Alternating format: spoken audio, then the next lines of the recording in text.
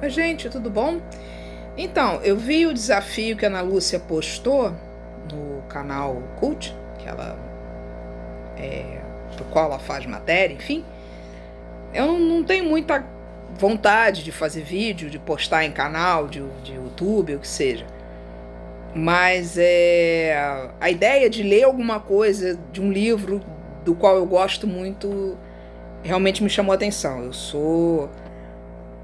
Quem me conhece sabe que eu sou apaixonada por livros, sou uma pessoa assim que leio muito, gosto muito de ler, é uma das minhas paixões. E eu, ao longo do tempo, eu me apaixonei por um autor que faleceu tem algum tempo, infelizmente. Ele faleceu, se não me engano, no início do ano passado.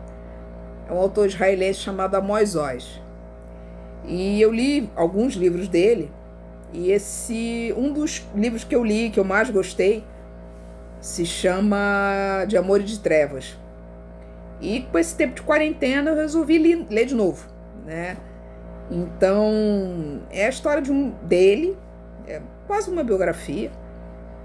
Ele conta de como era a experiência, como foi a experiência dele, porque ele nasceu em Israel, antes de Israel ser um estado. Ele nasceu um pouquinho antes da Segunda Guerra Mundial, ele era filho de poloneses, se não me engano, que foram para Israel para participar do movimento sionista. E é a visão de um menino.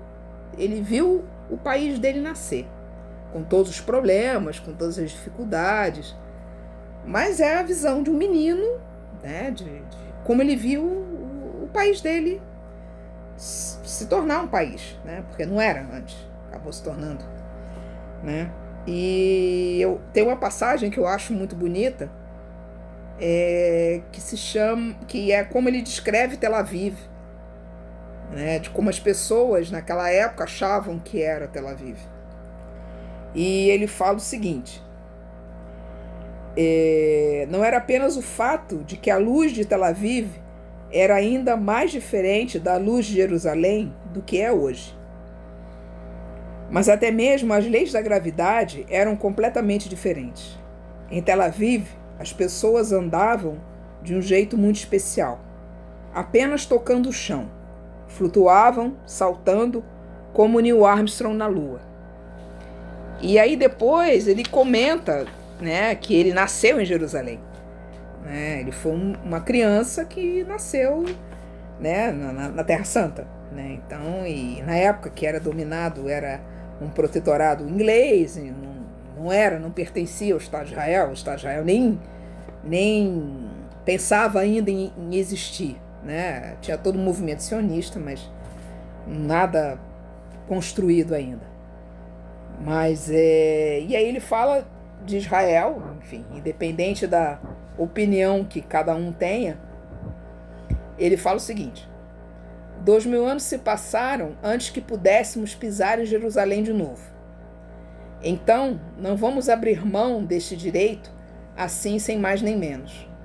Se levantarmos o pé, logo vai aparecer alguém para tomar conta do nosso pedacinho de terra, na maior sem cerimônia.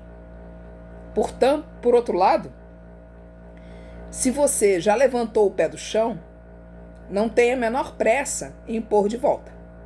Ninguém sabe que ninho de víboras pode estar fervilhando ali. Tramam, conspiram.